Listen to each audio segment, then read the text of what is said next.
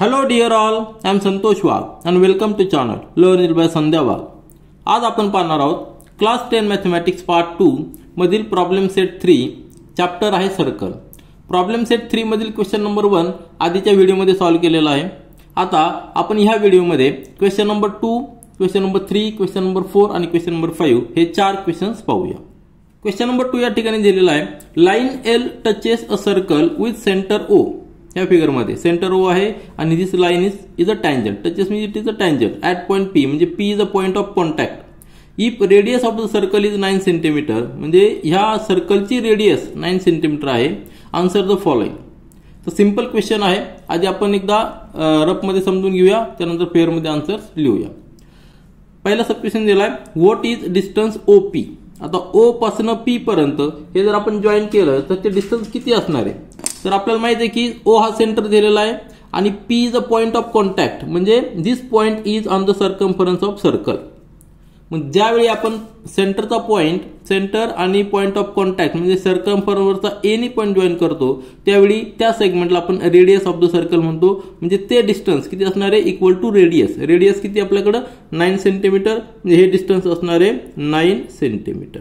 दिस is आपल्याला पहिला answer आलेलं 9 सेंटीमीटर. वाय तर कारण आता सांगितलंय कारण की this is a radius of circle. Radius of circle म्हणजे काय, सेंटर पॉइंट पासून सर्कम्फरन्सवरच्या कुठल्याही पॉइंटला. आता या ठिकाणी जर आपण पॉइंट घेतला आणि याला जरी जॉईन केलं हे डिस्टन्स देखील इक्वल टू रेडियस असणार आहे. That will be also equal to 9 centimetre. म्हणजे हा जो पॉइंट आहे हा पॉइंट जरी आपण जॉईन केला, सपोज त्या पॉइंटला आपण Q म्हणूया, तर हे डिस्टन्स देखील 9 सेंटीमीटर असणार आहे कारण की ते इक्वल टू रेडियस असणार आहे. तर ह्या पॉइंटला आपण B म्हणूया कारण की Q पॉइंट आपल्याला नेक्स्ट सब क्वेश्चन मध्ये आहे.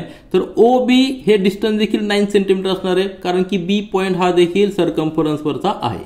म्हणजे सर्कम्फरन्सवर जेवढे काही सगळे पॉइंट्स असतील त्या पॉइंट्सला जर आपण O ला जॉईन केलं तर ती रेडियस असणार आहे आणि त्यांचं डिस्टन्स 9 सेंटीमीटर असणार आहे. म्हणजेच आता या ठिकाणी सेकंड सब क्वेश्चन दिलेला आहे इफ डिस्टन्स OQ. आता Q पॉइंट आपल्याला असा घ्यायचा आहे की त्याचं डिस्टन्स सेंटर पासून 8 सेंटीमीटर आहे.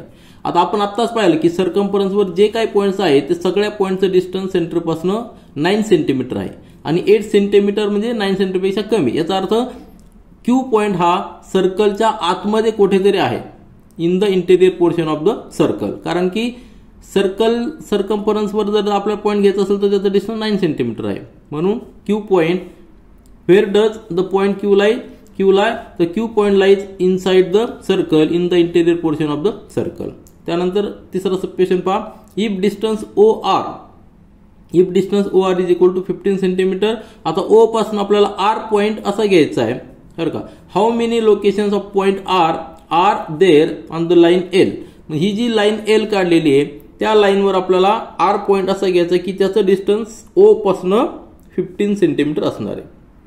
आता हे डिस्टन्स P आहे म्हणजे हे P पर्यंत डिस्टन्स किती 9 सेंटीमीटर आहे. म्हणजे O पासून जर R पॉइंट घेतला तर तो साहजिकच सर्कम्फरन्सच्या बाहेर असणार आहे, सर्कलच्या एक्सटेरियर पोर्शन मध्ये असणार आहे कारण की this length is greater than the radius of circle. म्हणजे R पॉइंट कुठे असणार आहे तर O पासून आपल्याला 15 सेंटीमीटरचे एक सर्कल ड्रॉ करावं लागणार आहे. त्या सर्कलवर कुठेही R पॉइंट असू शकतो, परंतु ह्या L लाईनवर तो 2 ठिकाणी असू शकतो. एक तर या ठिकाणी असू शकतो किंवा या ठिकाणी असू शकतो.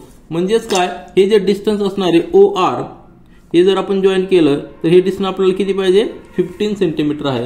म्हणजे दोन्ही डिस्टन्स 15 सेंटीमीटर आहेत सेंटर पासून. म्हणून L लाईनवर असे 2 पॉइंट असणार आहे की ज्या पॉइंटचं डिस्टन्स सेंटर पासून 15 सेंटीमीटर आहे. आलं लक्षात, हे 15 सेंटीमीटर आहे. म्हणजे 2 लोकेशन असणार आहे R चा. या ठिकाणी देखील असू शकतो किंवा या ठिकाणी देखील R पॉइंट असू शकतो. आपण त्याला R डॅश म्हणूया. म्हणजे दोन्ही point 15 centimetre away from this centre असणार आहे. आणि त्यामध्येच काय विचारलेलं आहे at what distance will each of them be from point P. म्हणजे आपल्याला ह्या P पॉइंट पासून हे डिस्टन्स फाइंड आउट करायचं आहे. आपल्याला माहिती आहे की जेव्हा आपण रेडियस ड्रॉ करतो from the point of contact, P is a point of contact आणि दिस टँजंट, त्यावेळी यामध्ये रिलेशन काय या ठिकाणी 90 डिग्री तयार झालेला असतो. This is a right angle. Any radius drawn from the point of contact is perpendicular to the tangent which is drawn from this point of contact. म्हणजे आता हा 90 डिग्री आहे, आपण पायथागोरस थेरम यूज करू शकतो. हायपोटेन्यूस माहित आहे, एक साइड माहित आहे, रिमेनिंग साइड आपण कॅल्क्युलेट करू शकतो. तर तुमच्या लक्षात आलं असेल, आपण फेअरमध्ये व्यवस्थित लिहूया. तर पहिल्या दोन सबक्वेशनचं सोल्युशन पहा. या ठिकाणी हिअर फिगर या ठिकाणी पुन्हा एकदा मी ड्रॉ केलेली आहे. Here O is the centre of circle and point P is the point of contact of tangent L and circle. Therefore point P is on the circle, कारण की this is the point of contact आणि this is a line L. बरोबर आहे की नाही? Therefore segment OP is the radius of circle. याला reason काय? Definition of the radius. रेडियसची डेफिनेशन काय आहे? द डेफिनेशन ऑफ रेडियस काय आहे? Segment that join the centre to the any point on the circumference that is called the radius. म्हणून segment OP is the radius of circle आणि आपल्याला radius given किती? 9 centimetre given आहे, म्हणून distance OP is equal to 9 centimetre. हे झालं आपलं पहिलं आन्सर. आणि त्याला रिझन काय? It is a radius of circle. आता त्यानंतर सेकंड विचारलेलं आपल्याला distance O Q is equal to 8 centimetre where does the point P Q lies. तर आपण काय करू? एक 9 सेंटीमीटरचा रेडियस जर आपण एक रेडियस असलेला सर्कल ड्रॉ केला तर ह्या सर्कम्फरन्सवर, ह्या आतल्या सर्कम्फरन्स पॉइंट क्यू कुठेही असू शकतो. आलं लक्षात? हा पॉइंट क्यू या सर्कम्फरन्सवर ज्याची रेडियस 8 सेंटीमीटर आहे त्यावर कुठेही असू शकतो. म्हणजे त्याचा अर्थ काय आला? Point Q lies inside the in the interior of the circle. आणि तेच आपण इथे रिझन लिहिलेलं. Distance O Q is equal to 8 centimetre. This distance is less than the radius of the circle. आपल्याला माहिती आहे कारण रेडियस किती? 9 सेंटीमीटर दिलेली आहे. Therefore point Q lies in the interior of the circle. हे झालं आपलं आन्सर. त्यानंतर तिसरा क्वेश्चन आपण तिसरा सब क्वेश्चन लिहूया. त्यानंतर तिसरा सब क्वेश्चन मध्ये आपल्याला काय दिलेलं आहे की distance O R is equal to 15 centimetres. O पासून आर पॉइंट आहे की त्याचं डिस्टन्स 15 सेंटीमीटर आहे. म्हणजेच काय याचा अर्थ काय आला? Point R will lie 15 centimetre away from the centre O. म्हणजेच काय? On the circumference of circle with radius 15 centimetre. म्हणजे ओ पासून आपण एक 15 सेंटीमीटरचा जर एक सर्कल ड्रॉ केला तर त्या सर्कम्फरन्सवर, त्या सर्कलच्या सर्कम्फरन्सवर आर हा पॉइंट असणार आहे. आलं लक्षात? म्हणजेच O R that will be 15 centimetre. आता ज्यावेळेस आपण एक सर्कल ड्रॉ करू 15 सेंटीमीटरचं, त्यावेळी ते सर्कल ह्या टँजंट लाईनला दोन ठिकाणी इंटरसेक्ट करणार, लेट आर आणि आर डॅश. म्हणजे हे लोकेशन त्या आरचं असू शकतं. याचा अर्थ काय आला? There are 2 locations of point R on the tangent L. Let it R and R dash आपण नाव दिलेलं. म्हणजे 2 लोकेशन्स आलेले, 2 लोकेशन्स आपल्याला पहिला आन्सर मिळालेलं आहे. आता आपल्याला डिस्टन्स फाइंड आउट करायचं आहे पी आर किंवा पी आर डॅश. त्यावेळी ओ पी ही रेडियस आपल्याकडे आहे आणि एल हा टँजंट आहे. ही this length is L is a tangent. पण आपल्याकडे टँजंट थेरम आहे. जर आपण एक टँजंट ड्रॉ केली आणि पॉइंट ऑफ कॉन्टॅक्ट पासून रेडियस ड्रॉ केली तर त्या ठिकाणी 90 डिग्रीचा अँगल तयार झालेला असतो. त्याला आपण टँजंट थेरम म्हणतो. Here triangle O P R is a right angle triangle as angle OPR is equal to 90 degree आणि त्याला रिझन आहे टँजंट थेरम. मग युजिंग द पायथागोरस थेरम आपण या ठिकाणी यूज करूया. म्हणजे ह्या ट्रायंगल मध्ये OPR मध्ये हायपोटेनियस आहे. हायपोटेनियसचा square is equal to addition of the square of remaining 2 sides. म्हणजेच OR square is equal to OP square. OR square is equal to OP square plus PR square. आपल्याला PR square म्हणजे PR find out करायचं म्हणून PR आपण त्याच ठिकाणी ठेवलेला आहे आणि बाकीचे टर्म्स एका बाजूला घेतलेले. म्हणजे PR square is equal to OR square minus OP square. आता नंतर फक्त मॅथमॅटिकल कॅल्क्युलेशन आहे. कॅल्क्युलेशन केलं की आपल्याला आन्सर येणार आहे. तर 15चा स्क्वेअर मायनस 9 स्क्वेअर म्हणजेच 144 येणं सबट्रॅक्शन. त्याचा स्क्वेअर रूट घेतल्यानंतर PR ची व्हॅल्यू आलेली आहे 12 सेंटीमीटर आणि हेच आपल्याला आन्सर रिक्वायर्ड होतं. आन्सर लिहिलेलं आपण distance of point R from point P will be 12 centimetres. फिगरमध्ये जर पाहिलं तर आपल्याला ते डिस्टन्स जे आहे हे डिस्टन्स P पासून R हे किती असणार आहे? 12 सेंटीमीटर. हे देखील 12 सेंटीमीटर. जे 2 लोकेशन्स आहेत आर पॉइंटचे on tangent L with these locations are 12 centimetres away from this point P. यानंतर क्वेश्चन नंबर 3 पहा. इन फिगर 3.83 या फिगरमध्ये M is a centre of circle with segment KL as a tangent segment. M हा centre दिलेला आहे आणि segment KL, this KL segment is tangent segment. म्हणजे K point outside the circle आहे, L हा point of contact आहे. त्या ज्या टर्म्स आहेत त्या टर्म्स नेहमी लक्षात ठेवा. पॉइंट ऑफ कॉन्टॅक्ट म्हणजे काय? टँजंट आणि सर्कलचा जो एक कॉमन पॉइंट असतो त्याला पॉइंट ऑफ कॉन्टॅक्ट आपण असं म्हणतो. नंतर if MK is equal to 12, this MK आपल्याला दिलेली आहे 12 युनिट्स. नंतर KL, दिस KL टँजंटची लेंथ दिलेली आपल्याला 6 × √3. टँजंट सेगमेंटची लेंथ दिली 6 × √3. Then find radius of the circle. Radius of circle म्हणजे काय, एम पासून सर्कम्फरन्स वरचा कुठलाही पॉईंट. आता L is a point on circumference, therefore ही काय असणार आहे, रेडियस असणार आहे. ही रेडियस आपल्याला फाइंड आउट करायची. आणि मेजर ऑफ अँगल के आणि अँगल एम. तर अँगल के हा अँगल आणि एम अँगल दोन्ही अँगल फाइंड आउट करायचे. आपल्याला माहिती आहे की टँजंट थेरमनुसार हा जो अँगल असणार आहे हा 90 डिग्री असणार आहे, बरोबर आहे की नाही. हा 90 डिग्री असणार आहे कारण tangent in tangent is perpendicular to the radius drawn from this point of contact, म्हणून हा 90 डिग्री असणार आहे. त्याला आपण टँजंट थेरम म्हणतो. मग हा पायथागोरस थेरम झालेला आहे. पायथागोरस थेरमनुसार आपल्याला माहित आहे की काय माहित आपल्याला की हायपोटेन्यूजचा square that is equal to square of the addition of remaining two sides. म्हणजे आपण ही आर ची व्हॅल्यू फाइंड आउट करू शकतो कारण की दोन आपल्याला साइड्स माहिती आहे. जर आपण आर ची व्हॅल्यू फाइंड आउट केली तर आपल्याला एक रिलेशन त्यामध्ये ऑब्झर्व करता येईल की हायपोटेनियसची जी लेंथ आहे 12 त्याच्या हाफ ही डिस्टन्स आहे आर आहे. आपल्याला आर ची व्हॅल्यू मिळणार आहे 6 युनिट्स मिळणार आहे जर आपण कॅल्क्युलेशन केलं तर आपल्याला एक थेरम माहिती आहे की 30 डिग्री 60 डिग्री आणि 90 डिग्री जर ट्रायंगल असेल तर त्या ट्रायंगलमध्ये 30 डिग्रीच्या अपोजिट जी साईड असते ती हायपोटेनियसच्या हाफ असते आणि ते रिलेशन आपण या ठिकाणी यूज करूया. तर क्वेश्चन सोपा आहे, आपण व्यवस्थित याच्यामध्ये सोल्युशनमध्ये लिहूया. तर सुरुवातीला आपण गिवन लिहून घेऊया. M is the centre of circle हे आपल्याला माहिती आहे. K L is a tangent segment, K पासून एल ही टँजंट सेगमेंट असणार आहे. L is a point of contact, नेहमी लक्षात ठेवा पॉईंट ऑफ कॉन्टॅक्ट फार इम्पॉर्टंट टर्म आहे. त्यानंतर M K is equal to 12, K L is equal to 6 × √3 आणि आपल्याला फाइंड आउट करायचं आहे रेडियस ऑफ द सर्कल म्हणजेच एम एल हे फाइंड आउट करायचंय आणि अँगल एम आणि अँगल के फाइंड आउट करायचे. तर एल अँगल हा 90 डिग्री असणार आहे कारण की त्याला रिझन काय, टँजंट थेरम. तर सोल्युशन मध्ये पहा या ठिकाणी पुन्हा एकदा फिगर मी ड्रॉ केलेली आहे तर त्या फिगरचा रेफरन्स घ्या. In figure as L is a point of contact, M L is the radius of the circle आपण लिहू शकतो. Now consider triangle MLK, consider triangle MLK where angle MLK is 90 degree. त्याला रिझन काय, ML is perpendicular to LK किंवा KL, त्याला आपण tangent theorem म्हणू शकतो. टँजंट थेरम आपल्याला माहिती आहे की कुठल्याही टँजंटला जर आपण टँजंटचा पॉईंट ऑफ कॉन्टॅक्ट पासून रेडियस जॉईन केली तर ते एकमेकांना परपेंडिक्युलर असतात.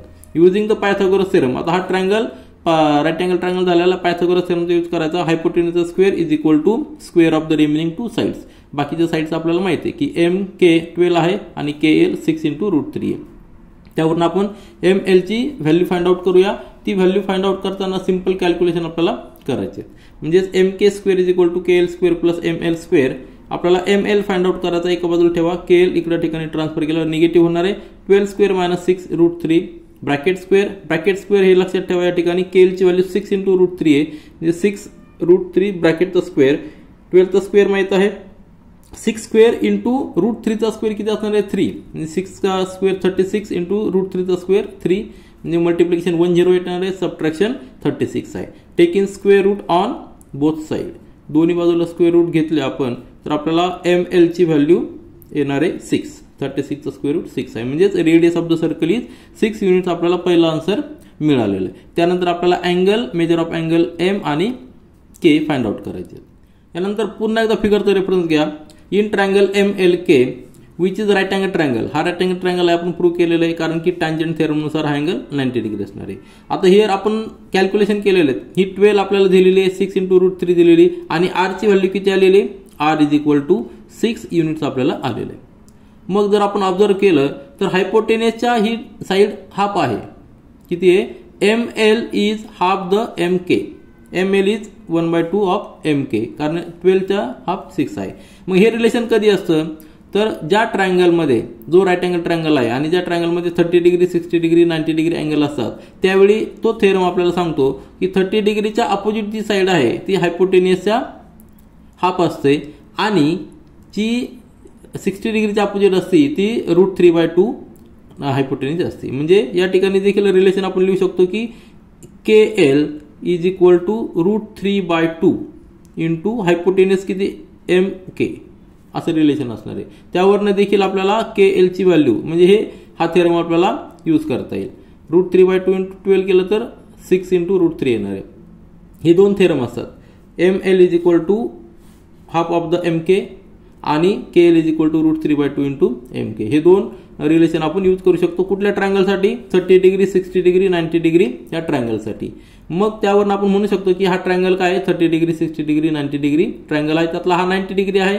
मग हाफ साईड कुठली ML आहे ती कशा त्याचा अपोजिट कुठला अँगल आहे हा अँगल, तर हा अँगल किती येणार आहे मग 30 डिग्री येणार आहे. आणि साहजिकच अँगल सम प्रॉपर्टीनुसार हा अँगल 60 डिग्री येणार आहे.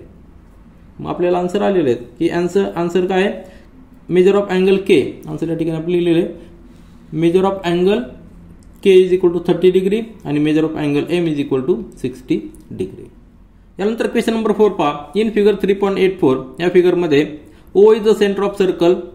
O is the center of circle. Segment AB and AC are tangent. This segment AB and AC म्हणजे पॉइंट A पासून दोन टँजंट सर्कलला काढले आहेत. आपल्याला माहिती आहे की मॅक्झिमम दोन टँजंट आपण एका सिंगल पॉइंट पासून which is lying outside the circle त्या पॉइंट पासून आपण मॅक्झिमम 2 टँजंट्स काढू शकतो. तर AB आणि AC ह्या दोन टँजंट्स आहेत, टँजंट सेगमेंट्स आहेत. त्यानंतर radius of the circle is R. Radius of circle म्हणजे काय सेंटर पासून सर्कम्फरन्स वरचा कुठलाही पॉईंट जर आपण जॉईन केला तर त्याला आपण रेडियस म्हणणार आहे, त्या सेगमेंटला रेडियस म्हणणार आहे. आता B आणि C हे पॉइंट ऑफ कॉन्टॅक्ट आहेत म्हणजे सर्कलवर ते पॉइंट्स आहेत. जर आपण OC आणि OB जर जॉईन केले तर आपण त्याला रेडियस म्हणणार आहे.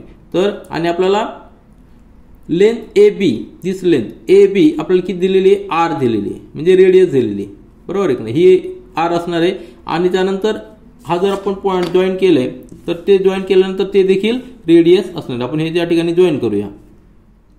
तर आपण हे जॉईन केल्यानंतर याला आपण देखील रेडियस म्हणू शकतो कारण की B पॉइंट आणि C पॉइंट सर्कम्फरन्सवर आहे सर्कलच्या.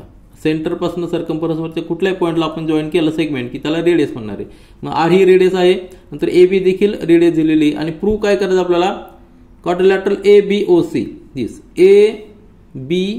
ABOC हा स्क्वेअर आहे हे प्रूव्ह करायचं आपल्याला. तर अतिशय सिंपल आहे. आता फिगर प्रोपोर्शन नसल्यामुळे आपल्याला व्यवस्थित अँगल 90 डिग्री दिसत नाही, परंतु जर आपण परफेक्ट स्क्वेअर काढला, परफेक्ट जर फिगर काढली म्हणजे टँजंट जर परफेक्ट काढले तर बरोबर हा 90 डिग्री येणार आहे. तर प्रूफ कसं करू शकतो आपण, तर सुरुवातीला आपल्याला हा जो क्वाड्रिलॅटरल आहे ABOC हा रोम्बस दाखवता येईल. का, कारण की ही रेडियस आहे, ही रेडियस आहे, इक्वल आहे, ही साईड देखील इक्वल आहे आणि आपल्याला टँजंट सेगमेंट थेरम माहिती आहे की कुठल्याही आउटसाइड पॉइंट पासून सर्कलला दोन टँजंट काढले तर ते दोन्ही टँजंट सेगमेंट इक्वल असतात. म्हणजे AB is equal to AC असणार आहे. AB जर R असेल तर ही देखील R असणार आहे. म्हणजे चारही सेगमेंट इक्वल झालेले आहेत आणि ज्या क्वाड्रिलॅटरचे चारही सेगमेंट इक्वल असतात त्याला आपण रोम्बस म्हणतो. काय म्हणतो, रोम्बस म्हणतो. आणि रोम्बसला आपल्याला स्क्वेअर दाखवायचं म्हणजे रोम्बसचा कुठलाही एक अँगल जर आपण 90 डिग्री दाखवला तर तो रोम्बस स्क्वेअर मध्ये स्क्वेअर आहे असं आपण सांगू शकतो. मग 90 डिग्री कसं दाखवू शकतो, तर आपल्याकडे टँजंट थेरम आहे. एका पॉइंट पासून जर आपण टँजंट ड्रॉ केली आणि त्या पॉइंट ऑफ कॉन्टॅक्ट पासून आपण रेडियस जर ड्रॉ केली तर त्या ठिकाणी जो अँगल तयार होणार आहे तो 90 डिग्री असणार आहे. म्हणजे हा 90 डिग्री असणार आहे, हा देखील 90 डिग्री असणार आहे कारण की हा देखील पॉइंट ऑफ कॉन्टॅक्ट आहे, टँजंट आहे आणि रेडियस आहे. म्हणजे रोम्बसमध्ये एक अँगल आपण 90 डिग्री दाखवला की त्याला आपण स्क्वेअर असं म्हणू शकतो. म्हणजे अशा पद्धतीने सुरुवातीला रोम्बस दाखवायचा आणि त्याच्यानंतर तो स्क्वेअर आहे दाखवण्यासाठी हा अँगल 90 डिग्री हे आपण प्रूव्ह केलेलं आहे. तर सिंपल आहे, आपण व्यवस्थित लिहूया. तर सुरुवातीला आपण गिवन लिहून घेऊया. O is the centre of circle, नंतर segment AB and segment AC are tangents. या सेगमेंटमध्ये AB आणि AC are tangents. Radius of circle is R given आपल्याला. नंतर length AB is equal to R हे देखील दिलेलं आहे आणि आपल्याला प्रूव्ह करायचं आहे क्वाड्रिलॅटरल ABOC हा स्क्वेअर आहे हे प्रूव्ह करायचं आहे. तर सोल्युशन पहा. तर सोल्युशन म्हणजे प्रूफ पहा या ठिकाणी. तर फिगर पुन्हा एकदा मी ड्रॉ केलेली आहे आणि फिगर ड्रॉ करताना थोडं प्रोपोर्शनल ड्रॉ केली म्हणजे आपल्याला ते 90 डिग्री अँगल्स वाटते. तर यामध्ये इन द फिगर, ह्या फिगरमध्ये point B and point C, B point आणि C point are the point of contact, बरोबर आहे की नाही. Point of contact of this tangent AC आणि AB आणि AC respectively with the circle. म्हणजे point B and point C, point B and point C lie on the circle. हे prove झालेलं आपल्याला. म्हणजे जर आपण सर्कलवरच्या पॉइंटला सेंटरला जॉईन केलं तर ती रेडियस असणार आहे. म्हणजे segment OB and segment OC are radius, बरोबर आहे ना. तर इक्वल सर्कलच्या ह्या रेडियस झालेल्या आहेत आणि त्याला आपण R ने डिनोट केलेलं आहे. रेडियस आपल्याला R दिलेली आहे. Therefore segment OB is equal to length of OB length is equal to length OC is equal to R. याला इक्वेशन नंबर 1 दिलेलं आहे. आता त्याच्यानंतर आपल्याला सेगमेंट AB, बरोबर ना, segment AB and segment AC are tangent segment drawn from the common point A outside the circle. हा A point outside the circle आहे. त्या सर्कलपासून त्या पॉइंटपासून सर्कलला दोन टँजंट काढलेले आहेत ए बी आणि ए सी. आणि आपल्याला माहिती आहे की जर आपण एका आउटसाइड पॉइंट पासून सर्कलला टँजंट ड्रॉ केला तर त्या टँजंट सेगमेंट्स इक्वल असतात. टँजंट सेगमेंट म्हणजे काय, पॉइंट ऑफ कॉन्टॅक्ट पासून त्या पॉइंट पर्यंतची लेंथ आहे ती, म्हणजे A B is equal to A C, length A B is equal to A C. त्याला रिझन काय, टँजंट सेगमेंट थेरम. आपण प्रॅक्टिस सेट 3.1 मध्ये पाहिलेला आहे. तर आता हे झाला टँजंट सेगमेंट थेरम नुसार length A B is equal to A C. आणि आपल्याला A B is equal to R दिलेली, म्हणून आपण काय लिहू शकतो, या ठिकाणी आपण लिहू शकतो की length A B is equal to length A C is equal to R. त्याला इक्वेशन नंबर 2 दिलेले. इक्वेशन नंबर 1 काय आहे, length O B is equal to length O C is equal to R. Equation 1 आणि 2 पहा, right side equal आहे, म्हणजे सगळ्या length equal झालेल्या आहेत. देअरफॉर लेंथ आपण या ठिकाणी लिहू शकतो की length O B is equal to length O C. या ठिकाणी पहा, length O B, this length O B is equal to O C is equal to A C is equal to A B is equal to A C. म्हणजे सगळ्या length ह्या जर quadrilateral पाहिला त्यामध्ये सगळ्या लेंथ इक्वल झाली. ही देखील R झालेली. ही आर काय आहे, टँजंट सेगमेंट नुसार इक्वल आहे. म्हणजे quadrilateral A B O C मध्ये ऑल साइड्स आर इक्वल. म्हणजे हा जो क्वाड्रिलॅटर झालेला आहे तो काय झालेला आहे, रोम्बस. रोम्बसची प्रॉपर्टी आपण रोम्बस प्रूव्ह केलेला आहे.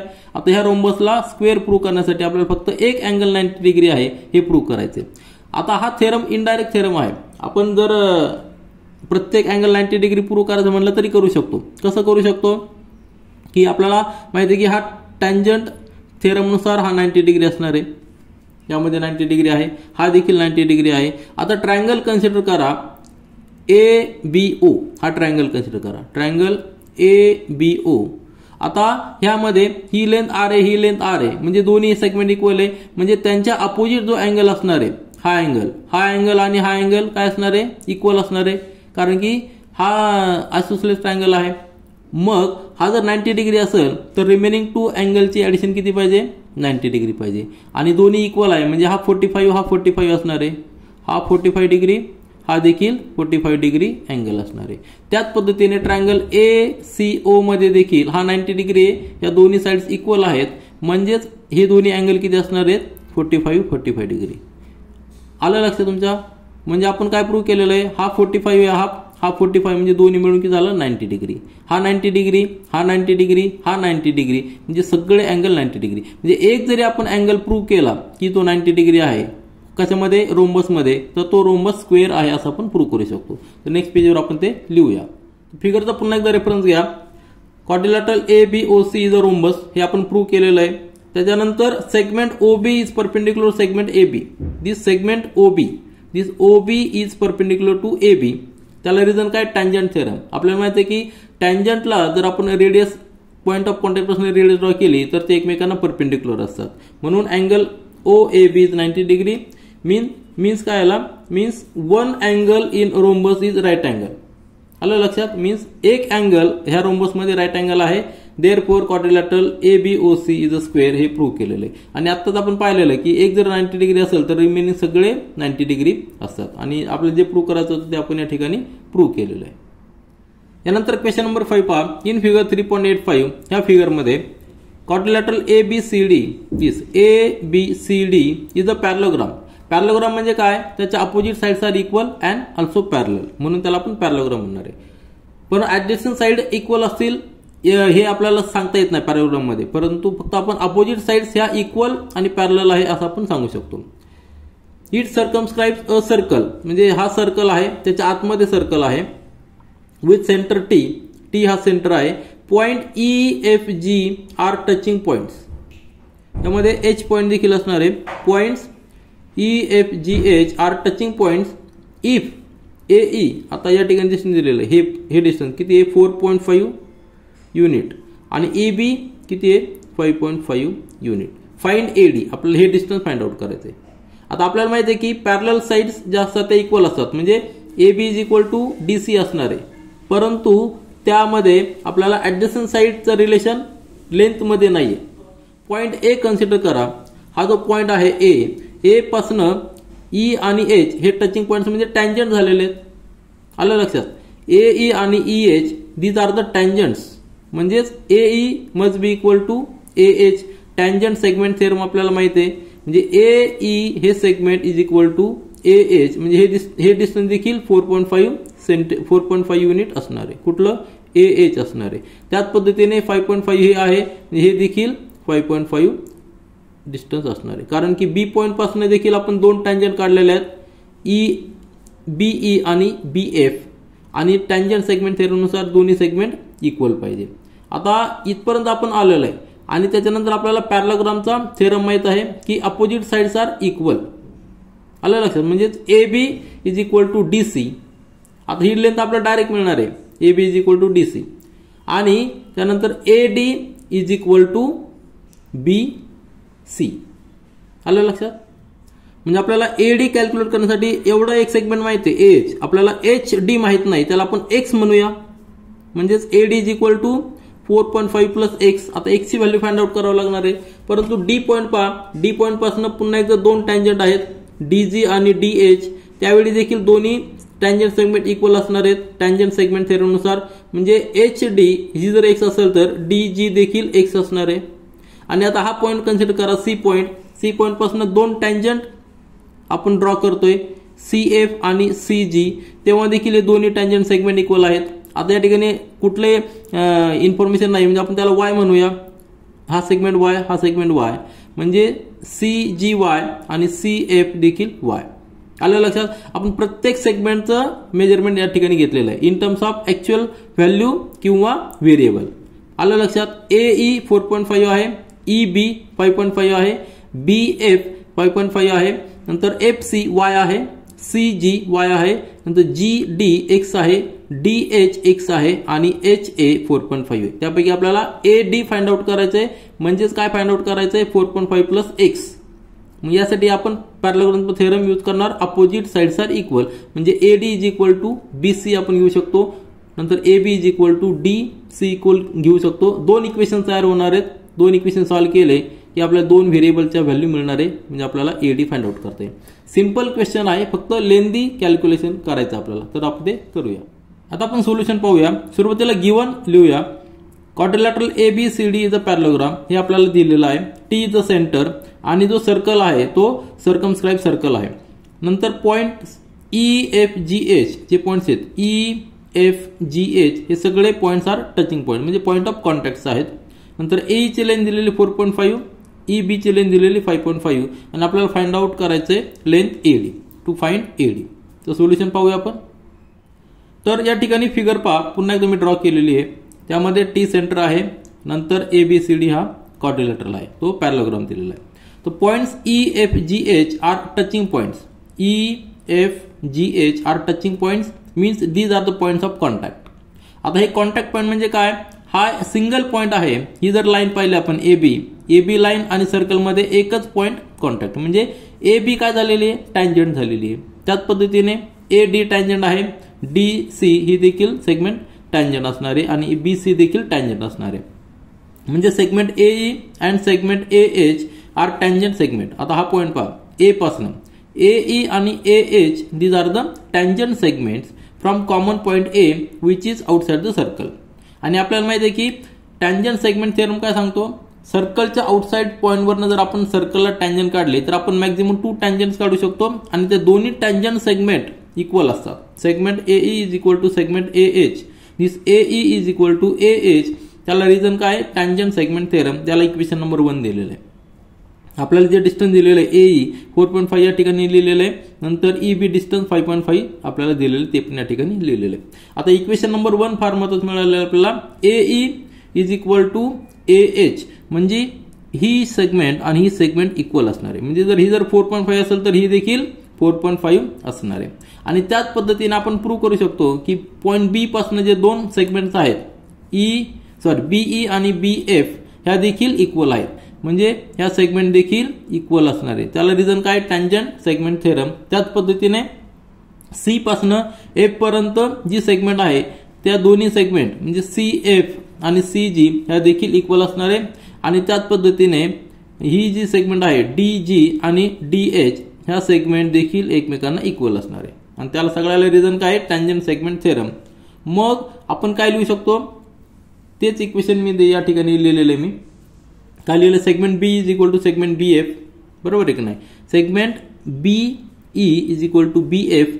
सिमिलरली कारण आपण वरती लिहिलेलं आहे A is equal to segment A H, त्याला सिमिलरली आपण लिहिलेलं आहे BE is equal to B F, नंतर C F is equal to C G आणि D H is equal to D G. हे चारही सेगमेंट आपण सिमिलरली म्हणून लिहिलेले आहेत, इक्वल लिहिलेले आहेत. आता आपल्याला सेगमेंट एई 4.5 दिलेलं आहे आणि सेगमेंट ईबी 5.5 दिलेलं आहे. म्हणजेच ह्या इक्वेशनवरनं आपण काय लिहू शकतो, प्रत्येक सेगमेंटची लेंथ लिहू शकतो. फक्त आपल्याला अननोन काय आहे, तर एच डी अननोन आहे, त्याला आपण एक्स समजूया आणि ही एक्स असणार आहे, डी जी देखील एक्स असणार आहे कारण दोन्ही सेगमेंट कॉन्ग्रंट आहे.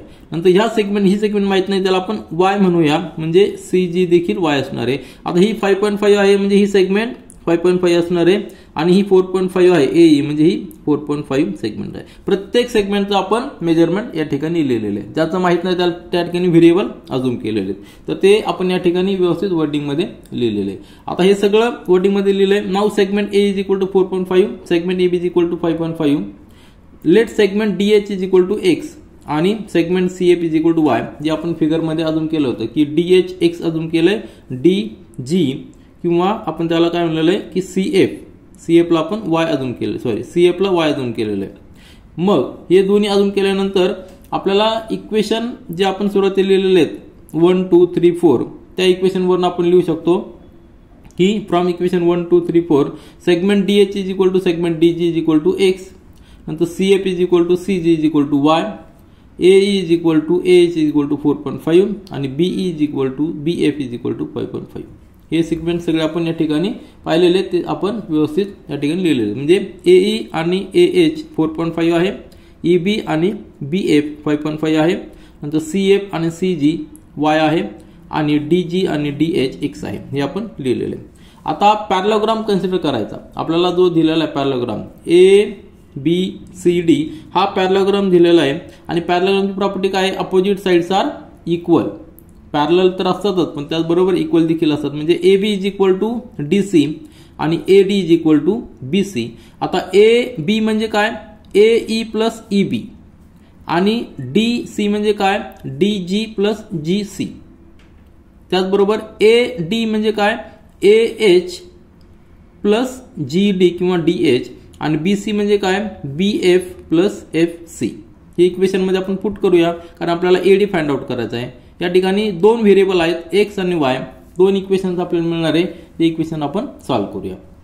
आता आपण काय लिहिलेलं आहे, फ्रॉम दिस क्वाड्रिलॅटरल, कुठला quadrilateral A B C D, ह्या क्वाड्रिलॅटरमध्ये हा पॅरलोग्राम आहे म्हणजेच A B is equal to D C, opposite sides are equal, A D is equal to B C. आता ए डी च्या ऐवजी आपण काय लिहिलेलं आहे, A E plus E B, D C च्या ऐवजी लिहिलं आपण डी जी प्लस सी जी.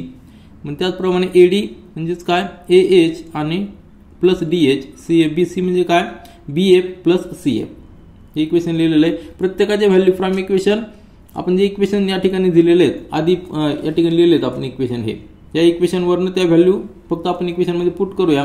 आपल्याला इक्वेशन्स मिळणार आहेत की 4.5 प्लस 5.5, ए ची व्हॅल्यू 4.5 आपल्याला दिलेली आहे, ई बी ची व्हॅल्यू 5.5 दिलेली आहे, ती लिहिली. डी जी आपण एक्स अजून केलेला आहे, सी जी वाय अजून केलेला आहे, म्हणजे आपल्याला इक्वेशन मिळालेलं आहे X plus Y is equal to 10.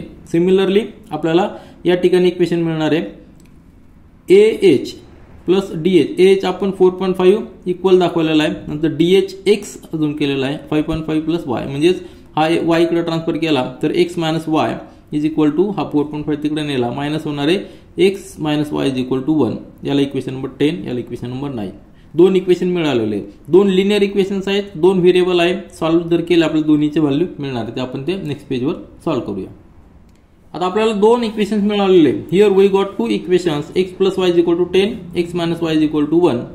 दोन इक्वेशन आपल्याला सॉल्व्ह करायचे म्हणजे दोघांची ऍडिशन जर घेतली तर हा Y plus Y minus Y eliminate होणार आहे. आपल्याला इक्वेशन नवीन इक्वेशन मिळणार आहे X plus Y is equal to 10, X minus Y is equal to 1. याची ऍडिशन घेणार आहोत. हा वाय आणि वाय एलिमिनेट होणार, 2x इज इक्वल टू 11, म्हणजेच एक्स ची व्हॅल्यू किती आलेली आहे, एक्स इज इक्वल टू 5.5. आता लक्षात घ्या आपण एक्स अजून केलेला या फिगरमध्ये, याला हीची व्हॅल्यू किती आलेली आहे 5.5, ही व्हॅल्यू आहे 4.5, दोघांची ॲडिशन किती येणार आहे 10. आणि ए बीची व्हॅल्यू देखील किती येणार आहे, ए बी देखील किती येणार आहे 4.5 प्लस 5.5 म्हणजे ही देखील 10 असणार आहे आणि ही देखील 10 असणार आहे ईडी. म्हणजेच याचा अर्थ काय आलेला, जर कुठलाही पॅरलोग्राम सर्कलला आउटसाइडने टच करत असेल म्हणजे याचा अर्थ काय झालेला आहे, जर पॅरलोग्राम आहे आणि तो जर सर्कमस्क्राईब करत असेल एक सर्कलला, आलं लक्षात, त्यावेळी तो पॅरलोग्रामच्या प्रत्येक साईड्स ह्या इक्वल असतात. आलं लक्षात. म्हणजे ए बी आणि डी सी तर इक्वल आहे ते पॅरलोग्रामनुसार, परंतु आपण आता प्रूव्ह जे केलेलं आहे की A B is equal to A D. तर हा इनडायरेक्ट थेरम देखील आपल्याला यूज करता येईल. जेव्हा जेव्हा सर्कल आणि पॅरलोग्राम असेल, इन्स्क्राइब सर्कल असेल, त्यावेळी आपण हा थेरम देखील यूज करू शकतो. मग आपलं जे आन्सर आलेलं आहे की एडी किती आलेलं आहे, AD is equal to H plus D H 4.5 plus 5.5 म्हणजे एडीची व्हॅल्यू आलेली 10. तर ह्या व्हिडिओमध्ये आपण हे 4 क्वेश्चन सॉल्व्ह केलेले आहेत. आता प्रॉब्लेम सेट 3 मधील पुढचे 4 क्वेश्चन आपण नेक्स्ट व्हिडिओमध्ये सॉल्व्ह करूया. This is all for this video. Thank you.